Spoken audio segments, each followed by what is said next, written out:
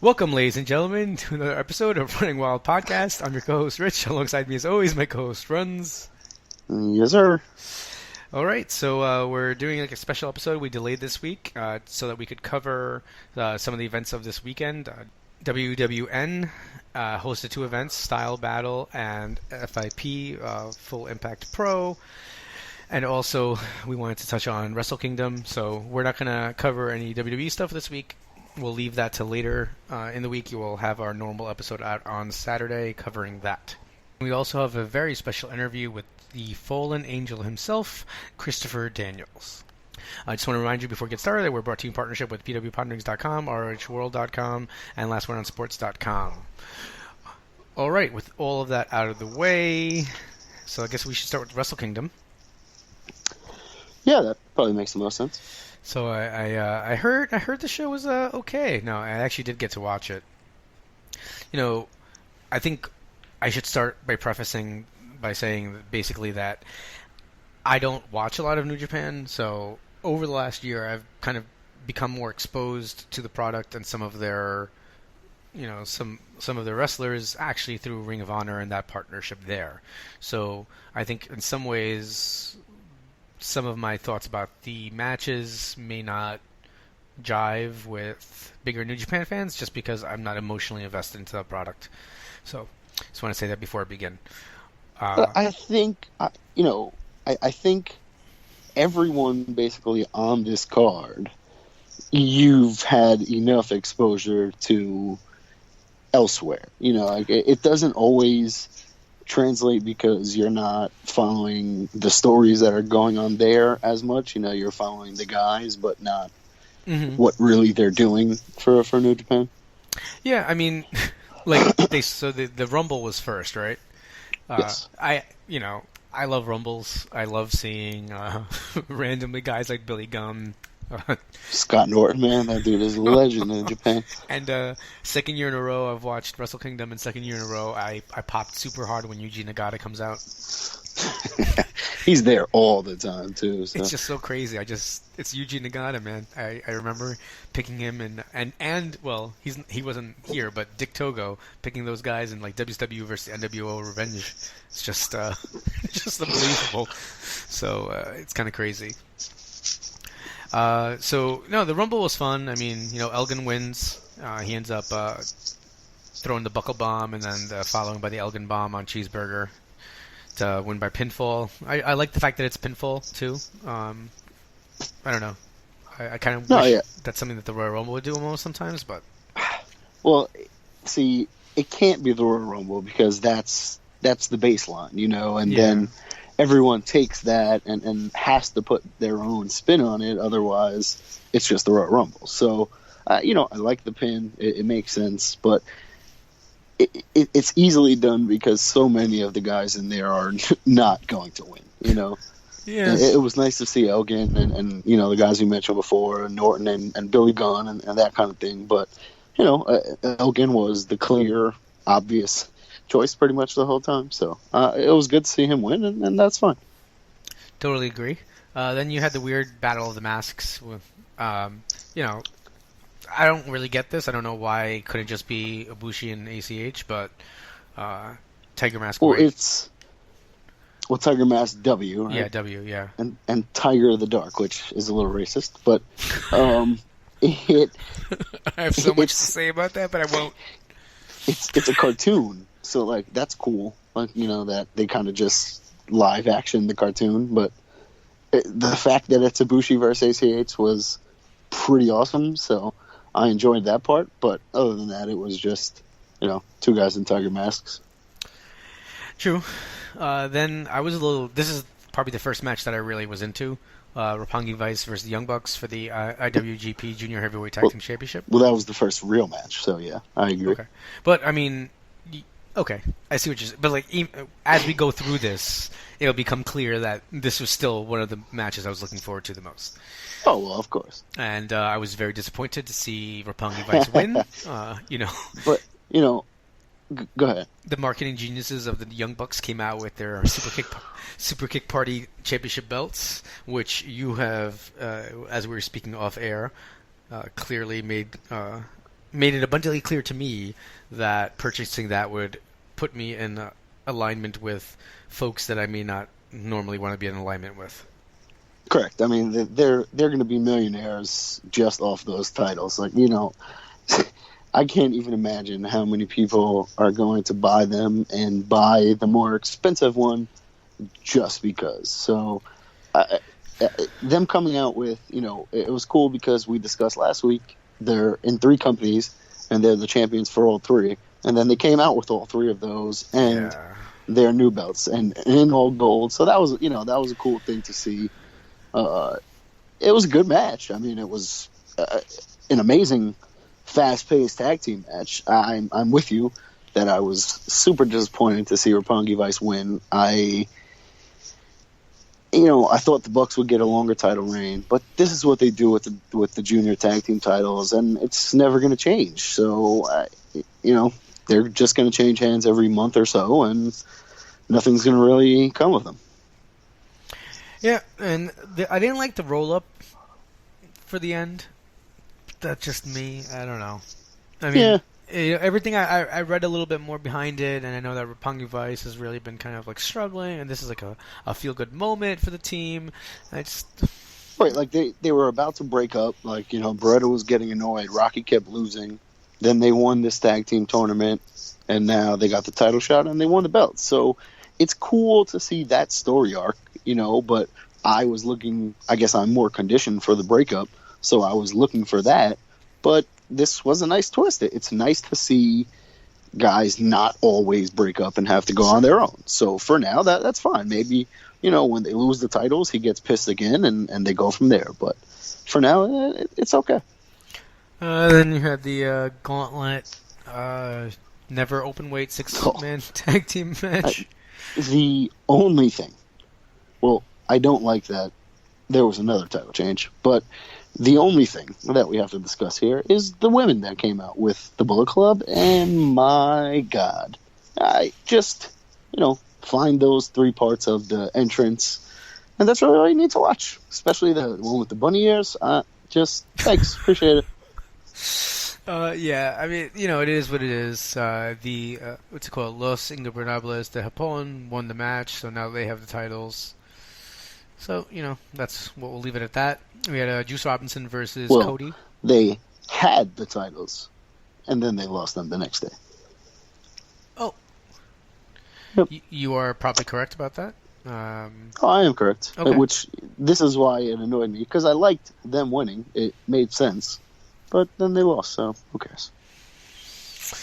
All right. Juice Robinson versus Cody was next. And by far the quietest match of the night. People don't care about Cody Rhodes. They didn't care. Yeah, I don't get what's happening. I mean, maybe in this situation it wasn't right for him to be alone there.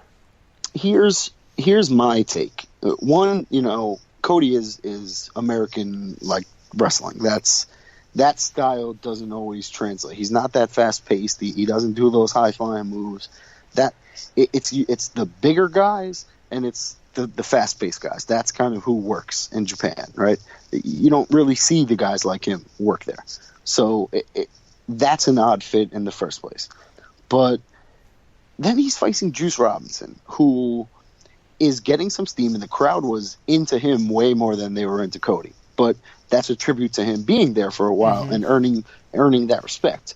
So why not put him against? You don't have to put him against a Tanahashi or a Kushida or Okada or something like that, but put him against somebody, a Japanese guy that the crowd cares about, so that they can boo Cody while they're cheering for that guy. Instead you got some oohs and ahs when Juice Robinson would do something or Cody would do a nice spot, but other than that, it was kind of quiet. And at one point, it sounded like a spattering of people, maybe Americans or Europeans or something, started chanting Cody, like not a lot.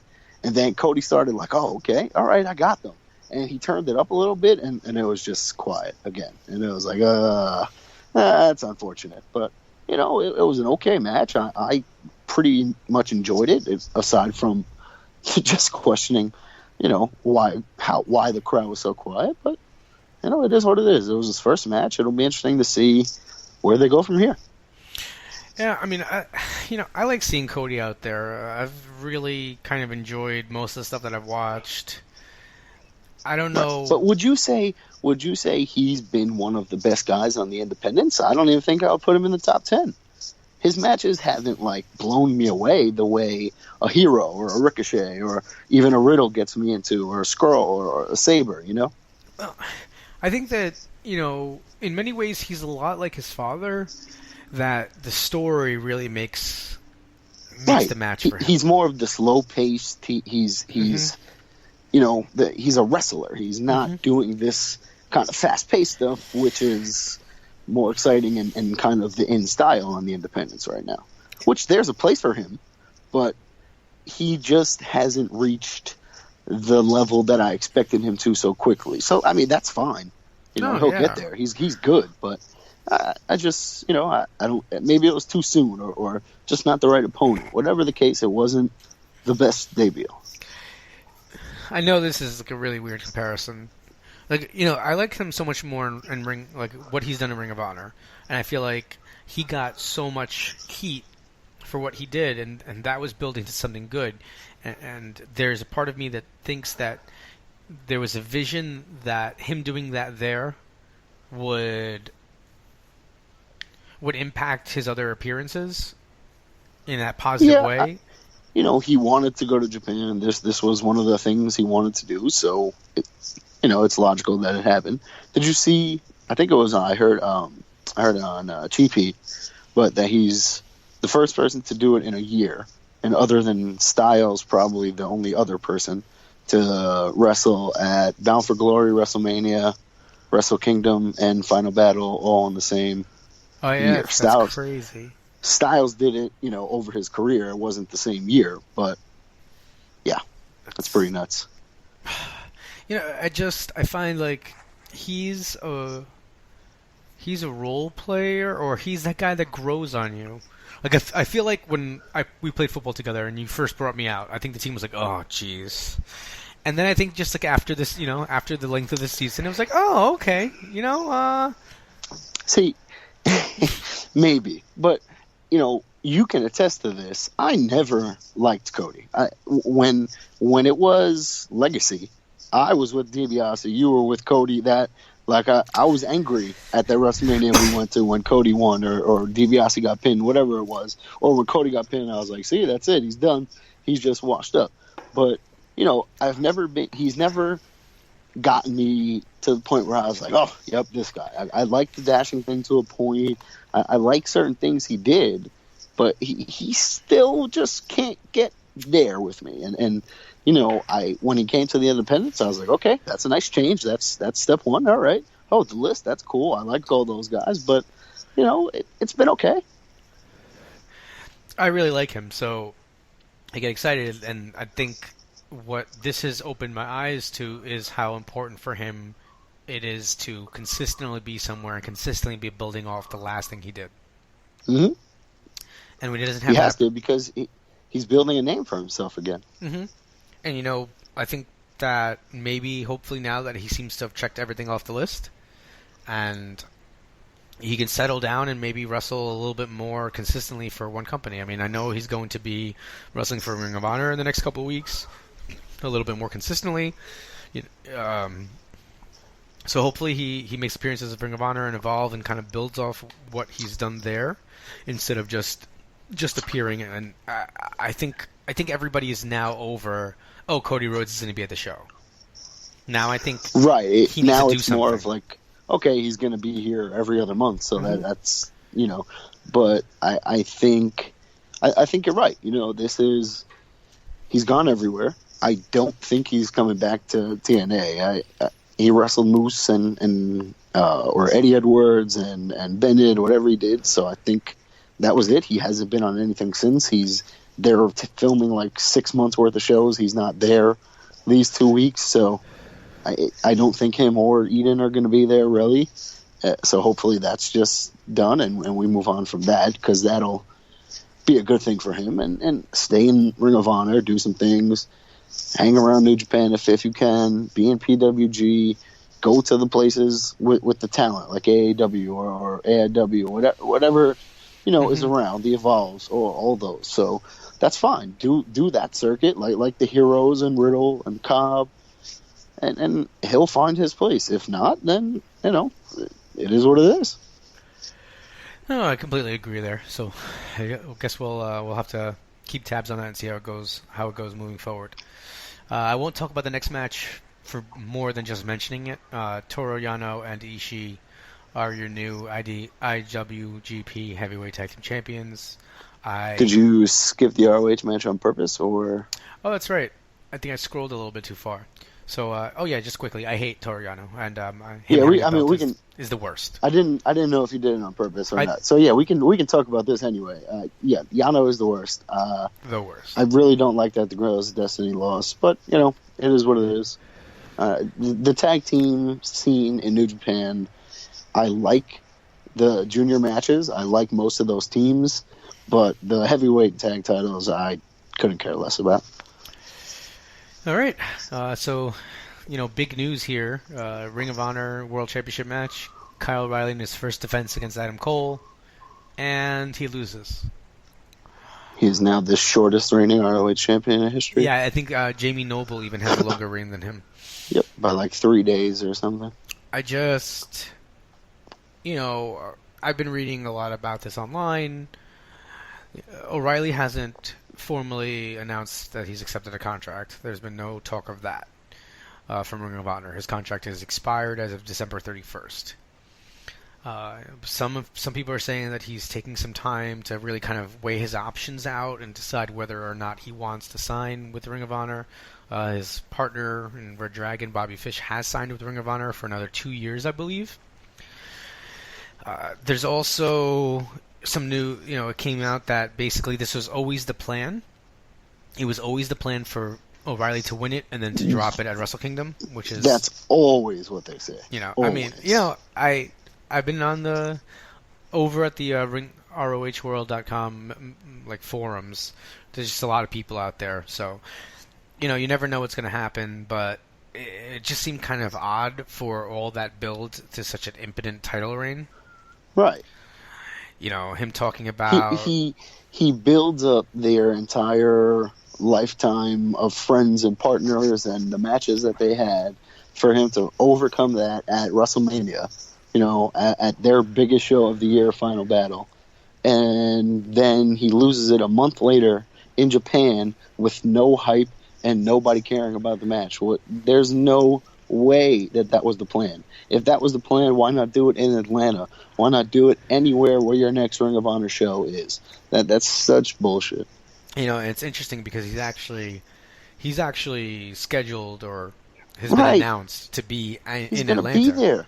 Well, make that a fatal 4-way or something. Do something. But if Cody or Adam pins Kyle, then they're the champion. Just do that. In ROH's defense, there is none, but go ahead. Okay. No, there is. Because do you know what Atlanta is? It's TV taping. Okay. Right? So it's not something that's going to be watched by, thousands of people. Not that many people. More people have eyes on Wrestle Kingdom, obviously, than they do on a Ring of Honor, television taping. And I don't know. It kind of, to me, actually, if they were going to take it off of him this quickly, why would they take it off of him though? Because he hasn't signed. Doesn't make any sense. That's right. He hasn't signed. But that's not always the plan. Yeah. And I get what you're saying, but they're billing it as, the return to center stage. Why not put it on TV? Put it on ROH.com. Put it on wherever. How many people watch their live events? How many people actually watch New Japan live? No one. Okay. So everything is going to be spoiled. Everything is going to be talked about and read about anyway. So what difference does it make? Have him wrestle twice in the TV taping. Anything. New Japan is releasing for the next 4 weeks on Access TV is going to be Wrestle Kingdom. This week is Omega vs. Okada. Why not? What are you doing? How many people watch Access TV? I won't raise my hand on that one. I can't find it on my cable network. Right, like that's what I'm saying. There's ways to do this where nobody cared about that match. Nobody. That's a waste. It was rather interesting. I will And then, say that. especially if you're saying possibly Daniels comes and wins the decade tournament and wins the belt after that, then what the hell are you doing? Twice in a row, you're going to do that in a month? So stupid. That's not what they do. Yeah. Listen, I'm a little bit of and we do have an interview with him today. But that aside, I liked. I've liked his work. Daniel's work in Ring of Honor. And god damn it, I forgot to ask him about the Appletinis. I'm so angry at myself. But anyway, I've loved this guy for a pretty long time. He's always, when I've gone to the shows and when I wasn't following it the way I do now, he was somebody who always stood out to me. And the promo before All-Star Extravaganza, just that got me hooked like in sinker, man. Like that promo was so good. For me, I wouldn't mind seeing him hold the title. I like the story. I've been really supporting him. If done correctly, yes, that's a great. I wouldn't mind seeing him as the champion, but to have this whole thing with O'Reilly and Cole culminate at your biggest show, and then to take it off him right away, and then to just transition it to someone else who is probably not going to be champion for a year, then that's going to be transitional as well. So. That's like Adam Cole is the first ever 3-time world champion on some nonsense. Yes, he won at Wrestle Kingdom in Japan. That'll be a cool thing to say if you didn't watch the match because you don't know that nobody cared at Wrestle Kingdom in Japan. So I don't know, man. It annoys me as a fan of Ring of Honor that this is happening to the belt. I don't want to see it continue to be shuffled around. There's been 50 guys over the course of me watching Ring of Honor that I've wanted to see hold that belt that never did because nobody holds that belt. And that was so when somebody did, man, that was dope. And to see that kind of go away, even if it's just for right now, still just leaves a bad taste in my mouth. All right. I mean, I can see where you're coming from there. I can't. I've just, I watch so much of it, and it's weird because I find myself being less critical of it than I do, let's say, WWE. And part of it might be the fact that I'm not an encyclopedia when it comes to their events. I'm not saying you are, but I'm just saying, I don't have that history. So I'm reacting. I'm writing these really weird articles over for lastwordonwrestling.com. My love letters to professional wrestling, and the 2 letters are to Ring of Honor and Evolve this year because I went to those shows like a fan that doesn't know anything. Just I'm cheering the good guys, I'm booing the bad guys for the most part. I'm going crazy. I'm way too excited. It's so different than when I go to a WWE show. And because I think for basically your entire life up until the past year or so, you've been very strictly mainstream WWE, WCW. You know about TNA. Mm-hmm. We went to some Ring of Honor shows early, but you never you didn't follow up on it. So never. I think you know everything and anything there is about WWE. So now for you to open up to the Evolves and the ROHs and PWG and all that and basically get exposed to an entire generation of wrestlers that are awesome, you're going to be going to those events as just like a kid in the candy store because it's the thing that you love that now is seemingly better, sitting in the front row watching these guys do what they do and knowing that, hey, eventually I'm going to be watching these guys in ROH or New Japan or eventually WWE. So it's pretty awesome. I mean, look, real talk, I am flying to Atlanta this weekend to see Ring of Honor. Right, and not like we don't have a long vacation. There was no real reason to do it. Like you weren't going to Atlanta for a family thing or had to go anywhere near there. You just basically strictly went out of your way to go to a random TV taping in Atlanta. God bless that wife, because hopefully she gives you many more of these free passes. But if you used your one on this one, then man, I hope it's a great show. No, like, it's not even like a super card of honor. Like it's not even one of those. Let's be fair. I did offer the anniversary show and Super Card of Honor. Those three options were put on the table, and somehow, and she Atlanta chose was Atlanta. the chosen destination. Okay, look, is there like a wild kingdom? Like, is there anything in Atlanta besides the hood? Good places to eat, apparently. Hey, from a chef, okay. That's kind of what it was. It's like, hey, let's go down there and go to some nice restaurants and some southern food. There's stuff to do with the kid. It's not like a theme park, but it's like, I don't know, weird stuff. Okay. Anyway, everyone cares Go about explore this. There's a amusement park in the Trap House. I'm not even sure if I know I'm not going to ask. I don't want to know what a Trap House is. But you don't want to expose yourself. It's a crack house. Oh, okay. I got scared. I was like, why do you get trapped? Jesus. Yeah, no. Never mind. So is anyone still listening? Okay. What do we? Oh man, I was so pissed off. Houses and, So, wait. Takahashi took on Kushida. Hiromu. Right. Is it Takahashi is the Tokyo Pimp? I feel like it's this is Tanahashi. Also Tanahashi. This is Tanahashi. Yeah. Okay. Yeah. Tanahashi. It is the review I'm reading actually made a mistake. So that's on that person. So yeah, I didn't like changing. Are you music. reading your own review? No, I didn't. Okay. Listen, I only mess. Sorry. All right. Just checking. I don't want to get in trouble with GST over here, but I do Ring of Honor coverage and WWN Live. Okay, nothing else, buddy. No, but I was actually upset with Tanahashi's new music. I don't know. I find him to be such a rock star. Well, okay, we can get to that later. Let's talk about this Tanahashi now. No, this is the guy we're talking about. The guy, the rock star. No, Kushida fought Hiromu Tanahashi, a.k.a.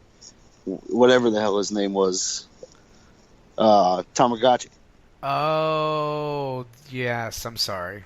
I stand corrected. What did you think about this match? I did. Fantastic. Kushida is awesome. And as soon as Tamagotchi came back to Japan, that was it. I was in. Done. It's awesome, like, what they do with these, the young lions or the young boys, whatever they want to call them. Like, you train as a young boy, you're at the dojo, whatever. You have some young lion matches, and then you go out and, like, basically you have a new character and shit. And then you come back and you're a whole new character and, like, you're just ready to go. That's awesome. Like, if I had 4 years salary, right, I'd go to Japan and be a young boy. Like, just let's go. I don't care. See, that I wouldn't do. I was gonna say, like, on the job training type thing is what I was going for. But I would literally go. Your analogy also worked. I would, because I've heard stories that, like, they have to only wear black trunks or something like that, and for a while they can't get color. Have you, like, because they like get abused and like not abused, but I didn't hear about that part. Just the idea of me getting hyped. Think about being someone's, like, trainee, Okay, but you can't picture me picking up the phone and being like, "Yo, Jeff, I just got in Japan. red trunks, man. Like, I just finally earned red trunks." Like, just the idea that you'd be so hyped about color and shit. Right, like that shit is ill, like where they literally have to, like, earn. It's like, karate, like they have to earn the belt type shit. But that's what I'm saying. Like, that whole journey is a really cool thing, for the guys who have been able to do it. Yeah. So it worked out for me with Tamagotchi, because as soon as he came back, I was in. I was like, wow, I hated this guy everywhere else, but this is dope. Ready, right in with Lij. He's got a badass heel character. He's just kind of an asshole. Perfect. Yeah, it's sad because I know that he's never going to go by the name Kamatachi again, and I like calling him Tamagotchi. Yeah, I was going to say I don't know anyone by that first name. Can we still call him Tamagotchi? Is that wrong? Well, clearly I still called him Tamagotchi. I don't like Hiromu. I can't call him Tanahashi because there's one Tanahashi, and Hiromu, like, I'd rather just call him Tamagotchi. Yeah, that's what confused me here when I was reading everything. So, yep. Then Goto versus Shibata for the Never Openweight Championship. Man, Shibata's matches are nuts. Yes, these are matches that literally make me feel like nauseous, thinking about like getting elbowed or the slaps. There was one point Goto was like crouched in the corner, and Shibata was kicking him square in the chest as hard as he could.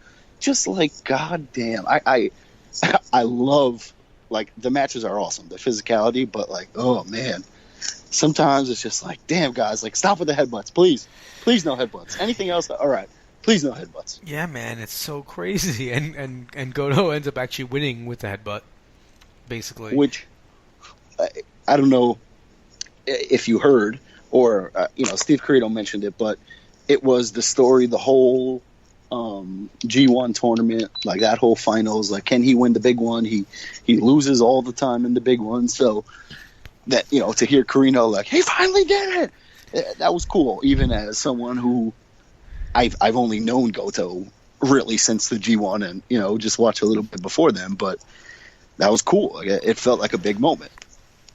No, that totally did. I mean, I wasn't. Yeah, Corino does a good job of making things a big moment, also. So he's the best. Then you had Naito versus Now here's my boy Tanahashi. And my boy Naito. Why'd they have to change his music, man? That music is terrible. Go Ace, and it says go ass, go ass, go ass, go ass. It 100% says ass. Go ass. Go ass. I don't get why he's a rock star. It doesn't sound like, I don't know. It's pop star. Yeah, I don't know. But Naito wins, and I like Naito too. I like his sliding, relaxing in the ring. It's amazing. Just everything that guy does is money. Everything. Every little movement is so good. And, like, to see the ultimate babyface and this guy who's just tossing the belt around, every time Tanahashi went up for the high fly flow, I thought it was over. Every time. And every time Naito would move out of the way, and Naito would put his knees up. Then he hit him on the back, and then he went up again, and I was like, God, that's it. And he got his knees up again. What a match. If it wasn't for the main event, this easily would have been the best match on the show. It could have been the best match on any other show of the year. By a long shot. And that match that you just mentioned was the IWGP Heavyweight Championship match with Okada defending against Kenny Omega. Let's just start this out by stating that Dave Meltzer, who I'm sure if you listen to this podcast, you know who that is, who is notoriously harsh, gave this match 6 stars out of a possible 5. Said it might be the best professional wrestling match ever. And, I had that thought as soon as it was over, like, wow, that's the best match I've ever seen. But I kind of went away from it. I was like, no, it can't be. Like, stop thinking that, Jeff. And then I watched it again, and then I watched it again with my friend, and it was, yeah, this is it. Like, I watched it with our friend EJ, and he doesn't really know Okada. He's seen a little bit of Omega, and he was just sitting there with my same reaction the first time, just an open mouth, like, what the hell? Like, we were supposed to do something, and, like, we were right after the Dragon Suplex off the top rope, and which, God, that was insane.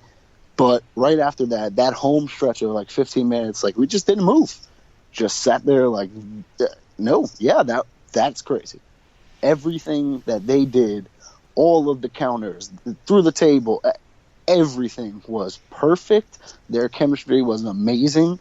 the story was there with everything Omega was trying to accomplish, and will it happen with their going into North America and all of that. And of course Okada wins, but I wasn't even mad. It was the best match I've ever seen. Apparently I'm not alone. Yeah. See, no, it was crazy to watch. I mean, it was a really good wrestling match. I'm not, for my money, Shawn Taker #1, or even Shawn Taker 2, stick out to me as matches that I enjoyed a little bit more than this match. Not that this match wasn't amazing, but... Right, so think about that. Think about, let's say you put this match third, right? Or even fourth if you want to put Savage in there, whatever. But those three guys that you just mentioned are guys that you watched for 20 years and had 20 years of emotion invested in. So think about what this match would have meant to you if you had 3 years invested in it, Mm-hmm. It would have been #1, and that's crazy. Just pretty... It's definitely a match that I'm going to want to continue to rewatch. And, is it better if Omega wins? Probably, because you get that moment, but I can't even say. It doesn't matter. Like in a match like that, I don't care who wins. They killed it, and they both won. Like I don't care who the champion was. Like, and we see coming out of this weekend with Cena posting a two pictures of Omega, and he's getting that recognition that he always wanted from going to Japan. And all along he's always said, I don't need WWE, I don't care about WWE, I don't want to go there. So just because he's off some Japan shows and now Cena throws out maybe a respect picture, or maybe to get people talking the same way, because let's not forget he did this with Styles last year, and then Styles showed up at the Rumble. So to get people talking, with Omega saying he's taking time away from Japan or whatever the case right now, then that was brilliant on both parts. But I don't necessarily see anything coming of it unless they told him, like, all right, if your contract is clear, you're coming in, you're winning the Rumble, and you're beating Styles at WrestleMania. Like, that's the only thing that I could see meaning something. But why would he just trashed the WWE belt and talked about how they don't mean anything? So now, why would that matter so much? I can't see it happening. I guess it'll be interesting to watch as we're moving forward. This guy comes to WWE. It's not fair. He would have to go to SmackDown, which would be perfect. So, fine. But, oh, man. Because if he comes, son.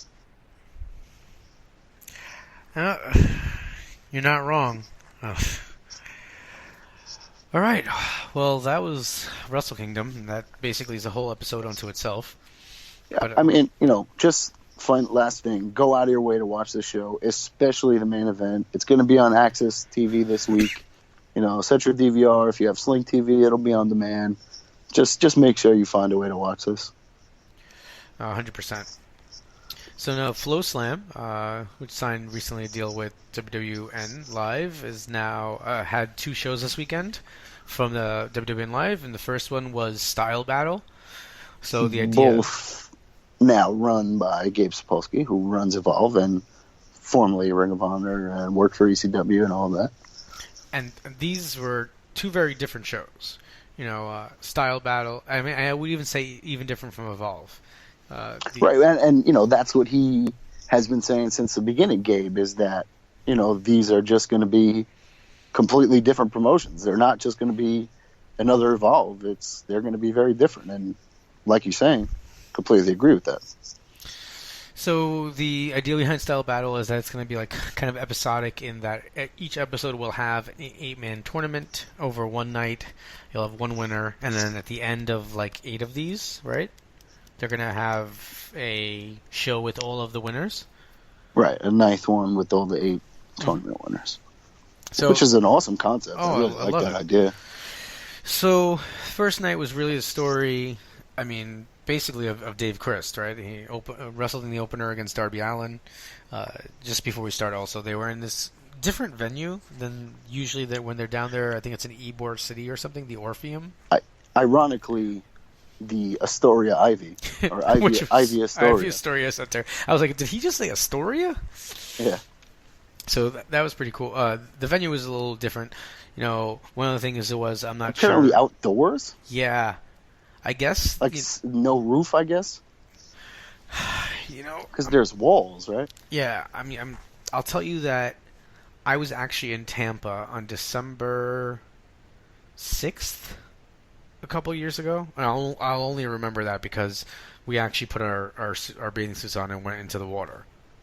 So, I don't know the weather patterns down there, but I suppose that, you know, when they originally thought of having these shows out there, it must have been the idea that it would be warmer than it was. You know, there was a storm coming through a little bit north of Florida, so we got hit with it. Maybe that affected how cold it was down there. Yeah, I think they just underestimated the open air. You know, like an open air arena is cold too. Like even if it's 60 degrees, sitting at a baseball game, you can be cold. So sure. I think they just underestimated that element. So really, I mean, you had in the tournament. Oh, go ahead. Yeah, no, go ahead. So in the tournament, you had Darby Allin, Dave Christ, Desmond Xavier, Sammy Guevara, Anthony Henry, Fred Yehi, Desmond Xavier. Oh, wait, I'm sorry. That's it. AR Fox, Austin Theory. Yeah. So, you know, I thought I really liked some of the matches. I mean, the opener felt like it could have had more time. I thought it was a little short.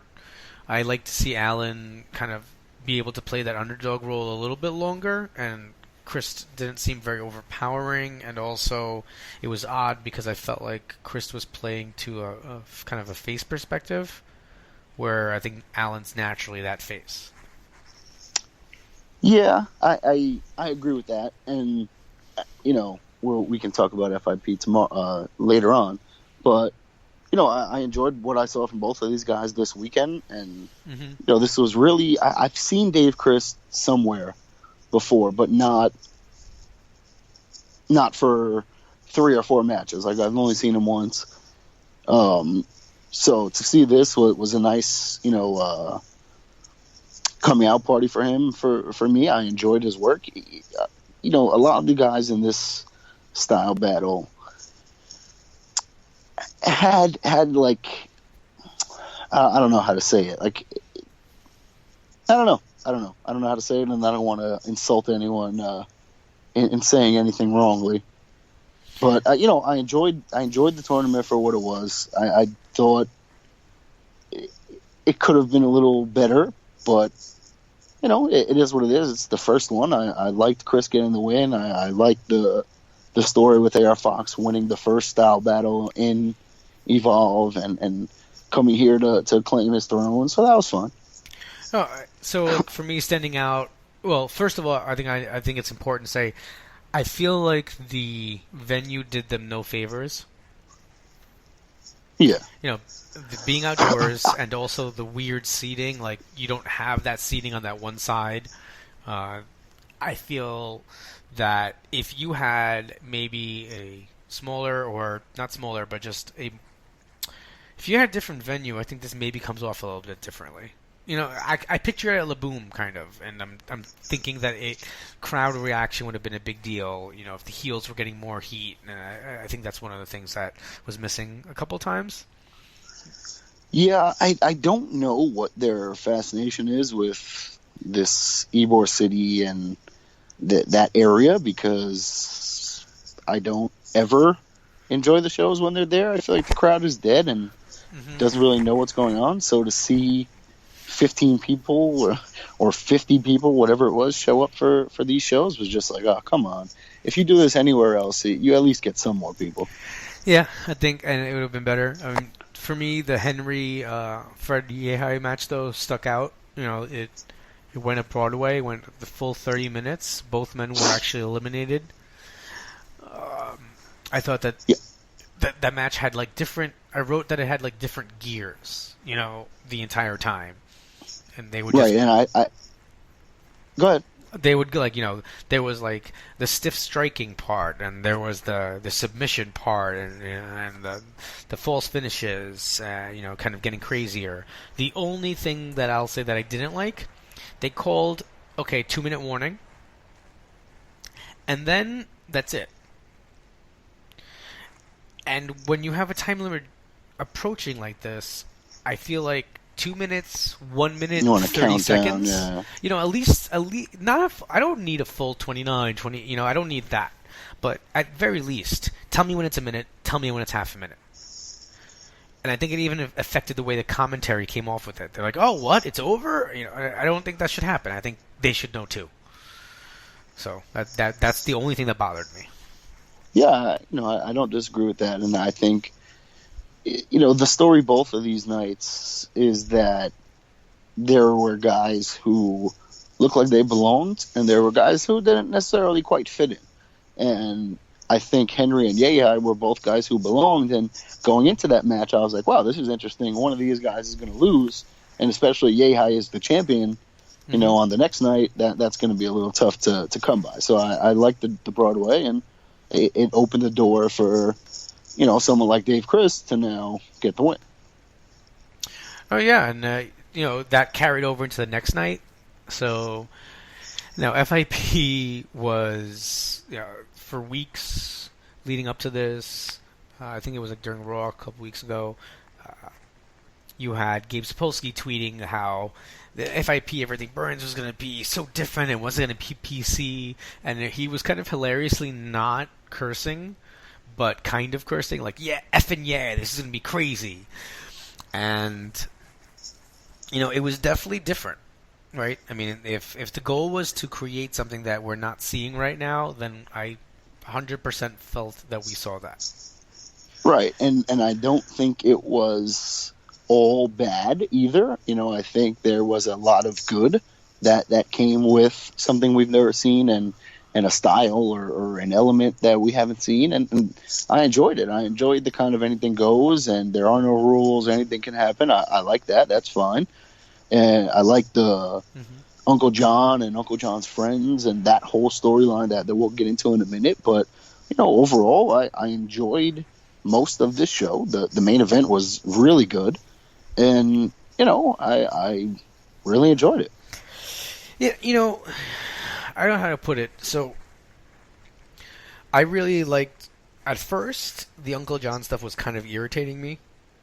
Because, yes, there's a part of me that whenever I've seen a group attack somebody to make a point, it kind of doesn't make sense that they just leave and they're done making their point. So, the consistency in that the group continued to come out and grow, I thought that was, at first, irritating. And, almost purposely done, right? So that you kind of don't like these guys. Immediately, yes. It's like, come on, man, I want to watch a goddamn wrestling match. Right, which is exactly. So that was really well done. Them eliminating 2 matches right away was like, okay, come on. That was really well done. I actually liked a lot of the overall, just kind of the no rules thing. What I didn't like was the announcer. His name is escaping me now. But the cursing felt so forced. And, during the Attitude Era, I think part of what makes this no rules Raw kind of gimmick stick out is when you have the straight men, the company men who aren't all about that life. Up against these rule breakers or these crazy people who are doing whatever the hell they want. The referees shouldn't be cursing, and the referee shouldn't be crazy, and neither should be the announcer. He can just be regular while they're crazy, And then even if he is crazy, he does not have to say fucking every single chance he gets. There was times he said it 3 or 4 times when all he was doing was like, wow, that was a great match. Now let's get to the next one. There's no need for 4 F-bombs in that one little sentence, man. And he would just force a bullshit, or that's shit, or oh, I was doing this, and he was terrible. I'll say it this That way. every match there was the best match he's ever seen, and let's be honest, couldn't be further from the truth. Okay, the Okada comment was absurd. Right, and that part I get it. Like, okay, no, you're fine. just trying to be a douche, but then to be like, yeah, I know I was just kidding, but that match was the best. And then the next one with the hillbilly guys. Oh, I know what I just said, but this one was shut up. No, then none of them were. If every match is the best, then none of them were. Like, he was terrible. Yeah, it's funny because he was the announcer at Style Battle, and I didn't have any issue with him. It was just because he was trying too hard in this one. Yeah. Okay, during American Gladiators, when Hulk Hogan was on it, he forced brother in less than this guy forced the F word. Like, it almost seemed normal when Hogan was doing it. Well, that's because it is, but yeah. But you know what I'm saying? No, that's a hard word to be able to repeat. He was putting it in where, like, it didn't fit. Like, he was just adding it in random spots. Like, no, that's not where you put that word. That's not how that works. It's no. Oh, Ophelia's nuanced performance just fucking really, really drives. Like what? Like, I don't know. I can't even recreate the times that I felt they were awkward. Like, but there wasn't any emotion. He was just like, "Wow, that fucking match was great." Like, no. If you're saying that, you got to be like really angry or really hyped up or something, not just normal cursing, trying to be meaningful. Like, that was so bad. All right, so let's just quickly go through some of it. Right, it started a little bit oddly, the stream, for me. I don't know about you, but there was supposed to be a get the contract fight for all, and it featured a bunch of guys, and in the end, all you had was Teddy Stigma with a barbed wire board. Apparently scared everyone off. And then he poured Jack Daniels out for the fans before he left. So he earned the spot against Yehai for the championship at the end of the night. So that was a little odd. So that was just really stupid. Like, having everyone compete and like doing moves and having this whole thing, and then the one guy just walks in, takes the thing. Yeah, I didn't like that. Then you had Billy Barboza with some crazy man in the ring, his mouthpiece, and he ended up taking on Alex Rudolph, who came out, quick match, face wins. I mean, it's good. It was an okay show overall. Like we said, the main event was really all you need to go. Like, all you really need to watch. It was the story of Uncle John's friends taking over and showing who they were, and it's basically anyone who meant anything before FIP. Like, it's just all of the best guys they had, so that's cool. Well, I don't want to skip over the Yehai match, though, because I thought when you're talking about this kind of no rules, kind of hardcore style, I felt that this was the best, before the main event, because the main event was crazy and it was 8 guys. So, like, I kind of feel that's a little bit different. And really, if you end up counting the fact that, what's her name? Priscilla Kelly and Aria Blake were also involved. There was like 10 people involved in that match. But the Yehai Stigma match, the way it ended with him locking the Koji clutch with the barbed wire board on Stigma's face, I thought that image was like the image that, if I'm Gabe Sapolsky, that's what I wanted to produce for that night.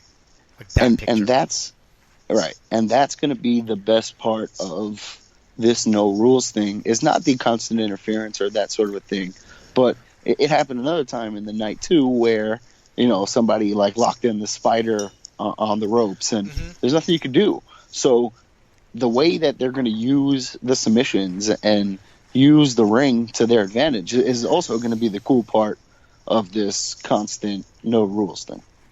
No, yeah, I thought that was great, and then the main event was awesome. I mean, they had a weird crawl space where they were like going into and jumping out of, and I thought that I don't know everyone's finisher, but that match felt like it could have been over 15 times. Like, it was crazy. Yeah, it was really good. I felt like it, like you said, it could have ended a couple times earlier, I felt like they stretched it just a little too much and got a little too spot happy. But it was really good. I enjoyed it. I enjoyed a lot of the spots that they had. Some of them were like, okay, this is a little too much. Yeah. But that's independent wrestling. That's gonna happen. So it was all right. So now, if you had to pick one of these two shows to tell someone to watch, which one do you pick? It would probably be FIP because I enjoyed that element that they added to it, and some guys were a lot less exposed. Like Style Battle was good, but we mentioned off air how the Desmond Xavier Sammy Guevara match, they hyped it up on the show. I'm sure people were like, "Oh, that was great," but neither one of us really enjoyed it. And in watching it again just quickly, because I wanted to make sure I didn't miss something or whatever the case, but it was like Ricochet and Will Ospreay's like second-rate cousins. Like that was kind of what this felt like to me. Like they can do all those great spots, but there wasn't any wrestling story behind it. Yes, some people say the same thing about Ospreay and Ricochet, but they were way better at selling those moves and putting them into the match rather than just doing them because they could do them. These guys were just athletes more than wrestlers to me, and that I can't connect with that. Yeah, but for me it's weird. Okay, I'll probably change my answer in a couple of months, but for now I actually enjoyed Style Battle more, and it's just because I felt like, how do I put this? I basically felt like it did exactly what it told me it was going to do. FIP is good because of what could happen. But, You don't think the Everything Burns was a fitting name? No. I mean, that worked. What I mean is, it's obviously the first episode in something that's building forward, right? So I feel like, whereas Style Battle is just a cut and dry one night thing. I kind of, the only other thing I didn't like about Style Battle, and I'm just going to be very picky right now, I didn't like the intermission, as a home viewer, and I didn't feel, I understand they need a rest and everything, and I don't know how you fix this, but I would have liked it just to be just a tournament. That's it. No fray, no intermission. Just give me the tournament. Boom. Kind of like a suite, or most of the WWN live events don't run more than 2 hours and 45 minutes. Yeah, the intermission was a little weird. The fray I didn't mind because I guess it's guys who almost were on the show but not really. Yeah, I don't understand why Kincaid wasn't in the tournament. I guess because he wasn't going to win, but he should have been in, possibly even won. But I guess we'll see. The interesting thing, and I guess this is basically the exact opposite of the way you're looking at it, is I'm looking at Style Battle the same way, is that, okay, that was the first one. That was okay. Now let's see who's involved in the next ones. Are any of these guys going to be involved? Is that kind of not fair? Is that not the point? Are they going to be all new style of guys in the rest of them? How is it going to work? Who's going to be in it? Who's going to win? That's what I'm more excited for now. Okay. And it's funny because with FIP, I feel like depending how the next show is, it'll, in hindsight, improve my opinion of this last show. It'll go either way. It'll either be like, okay, that first show was whack, or that first show, okay, now it's more meaningful. If the Uncle John's Friends angle, it turns out to be something really awesome, right? Then I'll be like, yo, that was the first time. That was amazing, that show. I wonder how awesome it can be. Like, I'm really intrigued to see who Uncle John is or what, where they go. But Sami Callihan, Dave Crist, Darby Allin, I really like all those guys. Better not be swallowed. So, that I like AR Fox being that heel in the group. I like the group that they formed. So it makes sense. I always like stables in wrestling, and I'm looking forward to seeing where they go with this. I agree. No matter what, I know that both shows got me to want to watch the next one. Yeah, I definitely agree. All right, so now that we went over all the shows, just want to just big thank you to Christopher Daniels. We got a chance to speak to him for a couple minutes before the event down in Atlanta at Center Stage. So we're going to take you to that interview right now. Hey, Chris, thanks for joining us. So I just want to start off by, first of all, welcoming you to the show, and also I just want to start at the beginning where, all good stories start. How soon after you started training, after you went to the school, did you have your first match? First match after about 4 months of training, and it wasn't soon after that I was working all of the shows that Windy City Wrestling was running at that time, and I quickly ended up becoming like the trainer or one of the trainers at the school. And so from there I just I learned on the job, which is basically how the best wrestlers learn. You go out and you work as often as you can with as many different people as you can, and that's what I did. So. And now, all these years later, you started off pretty early kind of being somebody who was training and helping other talent get over or, hone their craft. And what's the most rewarding aspect, would you say, working your role now in Ring of Honor as, as veteran talent there who still has a lot of mileage left, and clearly by putting on some, great matches in the last couple of months, but also working as somebody who's grooming the newer talent?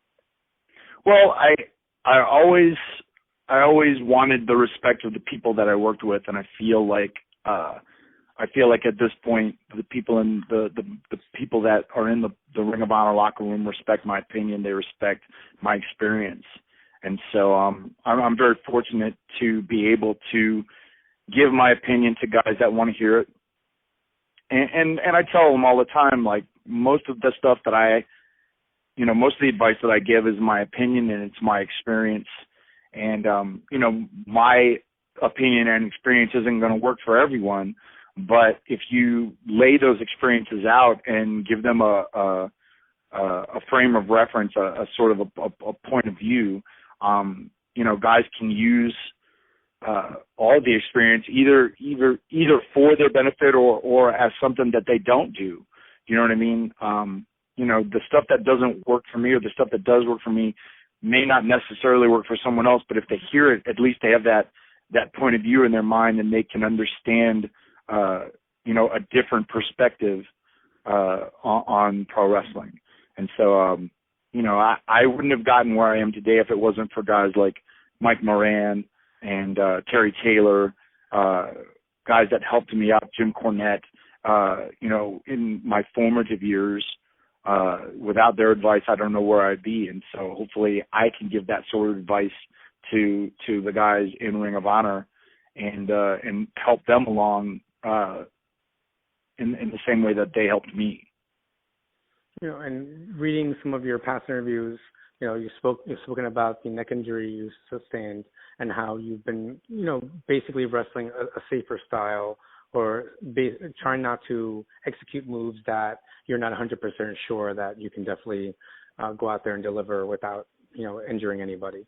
However, at Ladder Wars, you put it really all on the line there, and some of the most spectacular things, to date in your career, you really changed that night and really put your body on the line.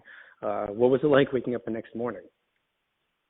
I was sore, but it wasn't anything that I didn't expect, and I was okay. We know what we sign up for when we become pro wrestlers, and over the course of professional wrestling's evolution, the addition of these matches that are more like stunt shows, tables, ladders, and chairs, and ultimate acts, and those sorts of matches that take wrestling and then add sort of a hardcore element to it. We know what we're in for when we walk to the ring. We know that it's going to be a rough night, but it wasn't anything that I couldn't handle, and it wasn't anything I wouldn't do again if given the opportunity. So yeah, we're well aware of the dangers and the possibility of pain and injury in this stuff. And, if you're not prepared for that sort of stuff, pro wrestling isn't for you. Granted, one of the things that really came from the event was it seemed like a very organic change in your demeanor. Before the event, you cut an amazing promo on Ring of Honor television about how much the tag team titles meant to you, and it seems that since that event, you've kind of softened your stance a little bit on the Code of Honor, which is something that you were famously known for not adhering to at the first Ring of Honor event. Where do you see your character going forward with this kind of change in attitude? Well, I feel like it's not so much that I've softened my stance. I still feel the same way I feel about wrestling and Ring of Honor and the guys, but I feel like I've earned the respect of the people around me, and they in turn have earned my respect. So I feel like as I wrestle now, I know that it's not, I'm not in the beginning of my career. I'm closer to the end now. So I know that, these matches are going to be fewer and far between for me, but I still want to go out there and wrestle at the top of my abilities. And, and if the people respect me, if the people cheer me, that's their prerogative. But I feel like people look at me and they look at the length of my career and I guess the work that I've done in the past, and they respect me. And so I can't help but sort of reciprocate that respect back to the fans and back to the company after everything that I've been through. And not just in the ring, you also have ventures outside of the ring where you're kind of able to put your abilities to the test here. How's your experience playing Deacon at Waterworld? How's that been for you? It's been great, man. I mean, it's sort of a return to me in my acting roots. My degree from college was in theater, and my plan originally was to become an actor. And I just sort of segued into a very physical form of acting. So living out in California, there's opportunities for acting and stunt work. And I was very fortunate to be able to transition into working at the Waterworld Stunt Show and working with a lot of great stunt performers and stunt coordinators. And, hopefully it's something that I can do a lot longer and, sort of branch out into once my in-ring career is done. So it's been a lot of fun so far, and I look forward to continuing that. And you're also working, you seem like a very busy man. You're also working on a joint project with All Yeah Comics, where just recently, I believe this month, you're releasing issue number 2. Last month, available at Final Battle in December, and also at the All Yeah Comics shop up in Harrison. You were actually signing copies of the first team up. So where did this project kind of come from, and how did it come to life? The guys that run All Yeah Comics, Art Baltazar and Franco, they've been friends of mine since 2011. They're wrestling fans, and in addition to being Eisner Award-winning artists and cartoonists. And so we met, and in 2012, they started the All Yeah Comics brand. And after the first couple of issues, reading the characters of Action Cat and Adventure Bug and Awesome Bear, I completely unsolicited wrote a story about Frankie and myself sort of interacting with those characters, and sent it to them, and just wondered, like, as a lark, would they be interested in making it? And surprisingly, they were real happy with the way the book came out, with the story, and they decided to publish the book. And that book was published in the middle of 2014. So that book is the first book, the one that you saw me at the signing and at Final Battle. That book's almost 2 years old.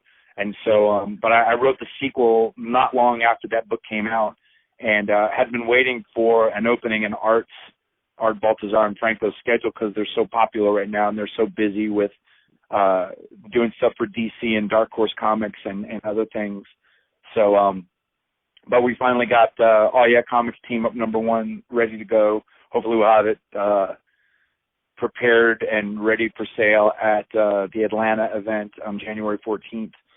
But it should soon be available at allyeahcomics.com and at rohwrestling.com and on Comixology as well. So hopefully we'll have it ready for the fans and they'll like it as much as they like the first book. Great. And you've also worked with Mike Kingston over Headlock comic. You right. Wrote his foreword for one of his first issues that he published, correct? Yeah, and I also wrote a short story for one of his Kickstarter editions as well. So I've worked with Mike on and off since the first book came out, and he's been a real good supporter. He's been a big supporter of our stuff, and I'm glad to see that his book is doing so well. And there's always a good following for the Headlock brand, and I look forward to more issues of his stuff coming out soon. Personally, as a comic book fan, what are your interests? What characters really speak to you the most? Well, I've always been a Marvel guy. The thing that sort of got me into comic books was Chris Claremont and John Byrne's Uncanny X-Men, their run back in the day. And so, I've been a Wolverine fan for more than 30 years. But I mean, reading right now, like the stuff that I like the best, I'm a big fan of Brian Michael Bendis. So his Iron Man, his Jessica Jones, his Guardians of the Galaxy, that stuff that I read religiously. I just finished reading Civil War II, and I was real happy with that book. I dug that and all the tie-in that came from it.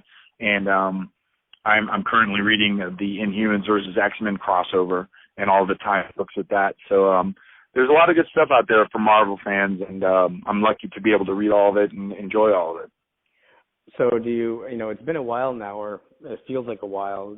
Do you think that Logan is actually going to stay, or Logan as we know him, not the old man Logan that's come back from that possible future? Do you think Logan stays dead? Yeah, I think they've written it to a point where he can stay dead, but then the old man Logan you still have the presence of Wolverine in the Marvel universe. So yeah, I think that's a permanent thing. But I mean, it's as permanent as anything in comic books. You know what I mean? As long as there's a creative way to bring the character back, and it works, I like it. It's all meant to further the story. And so like what one guy writes, and thinks is going to be permanent, another author can sort of spin it and take it in a different direction. And that's one of the things that I like about comic books is the different authors and the different writers sort of take the characters and move them in different directions. It's always fun to see where each character goes and where the writers are going to take them. Totally agreed. I think that Marvel's been really fun, and I'm also enjoying the Inhumans and the X-Men storyline. There are a lot of rumors about Marvel possibly trying to off the X-Men, so having them in this kind of having them propped up this way and made into a major story, has been fun to read. Yeah. Now, in one of the interviews I read recently that you had participated in, you quoted Dylan Thomas and said that you do not plan to go gently into the Dark Knight. And I feel like that ties into this idea of the Decade of Excellence tournament, and also the event in Atlanta at Center Stage. What does it mean to you to be able to participate in this tournament? Well, I was very fortunate. Like, this was an opportunity that I didn't imagine I would get. To be in the finals of the Decade of Excellence tournament, where a title shot at the 15th anniversary pay-per-view is at stake. My job's not done yet. I still have to wrestle either Jay Lethal or Jay Briscoe. But I'm very confident in my abilities right now, and I feel like I'm on a good streak. And so, we'll see what happens. I know that either one of those guys would be a tough test, but I think my experience is going to be the thing that carries the day for me. And then being able to wrestle for the world championship, if that's what happens, it's been a couple of years since I've wrestled for a world championship, but it's something that's eluded me up to this point, and I know that those chances don't come very often, so I'm going to take full advantage of it if I get it. Is it special going down to center stage in particular and wrestling at that arena? Yeah, I wrestled there for Ring of Honor in 2010, and it was a great atmosphere, and I look forward to the Atlanta fans. Ring of Honor has always had a good following in Atlanta, and I think it's a great venue, and it's got some history behind it. So I think it's going to be a good event all the way around. Excellent. I'm definitely looking forward to it. I'll be heading down there. Where can we find you on the webs? Well, you can follow me on Twitter at FACDaniels. That's pretty much where you can find everything. I don't have a website anymore, and I don't really do Facebook that often. So, but I try to keep fans abreast of what's going on with me on my Twitter. You can always find Ring of Honor at ROHWrestling.com. The Aya Comics, the book is going to be available at ayacomics.com and ROHWrestling.com and on Comixology. So when that comes out, I'll let everybody know through the Twitter, and just continue to watch ROH Wrestling either on your syndicated station or on the Fight TV app every Monday. Sure will. Thank you so much, Chris. You're welcome, man. Have a good one. All right. Just want to once again thank Christopher Daniels for coming on the show, and it's fun to hear how much he's really kind of into comic books and just how the role he plays over Ring of Honor. He's been in wrestling for quite a long time, and it's great to be able to speak to somebody who can speak as a talent and also as somebody who's kind of mentoring other talent on the roster. And with that, so really, Ring of Honor this weekend has their tapings down in Atlanta, so there'll be the TV tapings. I will not be tweeting any of those out or anything like that, because I don't, spoilers and everything like that. However, you're not gonna tweet any spoilers, but you'll put up the write-up. No, I will not do that. I will put up the results, because if I were not attending the event, I would be looking for the results anyway to put up on the website. Right, so but you just won't be tweeting out the minor details. I'm not going to live tweet it, because I don't think that's... I like the thought of that. Guys, I'm not going to spoil anything on my Twitter, but then I'm going to go to this website and write it all up, all right? So you know what? That does lead into our wind down. No, but it'll be interesting to see what happens with these tapings, just because of everything that's going to go forward. Obviously, with Kyle O'Reilly not being signed, and now Adam Cole being the first 3-time champion, you would assume that there's going to be some fallout from that coming forward, and also the Decade of Excellence tournament. So, hopefully it sounds like it's going to be a really great card, and I'm really excited to go down there and be there. Yeah, I agree. I look forward to hearing about it. So to check out the write-up that that was just mentioned, you guys can head over to pwponderings.com or ringofrohworld.com as well. You can find the rest of my work over at Last Word on ProWrestling.com. You can follow us on Twitter at RunningWildLWOS. You can send us emails at runningwildpodcast@gmail.com. You can follow me on Twitter, Rich_Laconi. And, you guys, we have still a couple weeks away. We are basically waiting for you guys to tweet out. We're waiting for the hashtag BigMikeVerse, and put anyone down that you'd like to see Michael Elgin face off in, the promotion he's running now, Glory Pro. We have 2 second-row seats to, we're going to pick a winner. So make sure you guys get those tweets in. We'll be waiting for them. Come on. And also, when you have a second, head over. Make sure that you can find us on iTunes, SoundCloud, and Stitcher. Make sure that you guys rate, review, and subscribe. It really helps out. You got anything left, Runz? Nope. All right, so with all that out of the way, just want to remind you guys to come right back here this weekend. We're going to have a podcast up while I'm heading down to Atlanta. And until then, just want to remind you that you're listening to the podcast that is just too Sweet!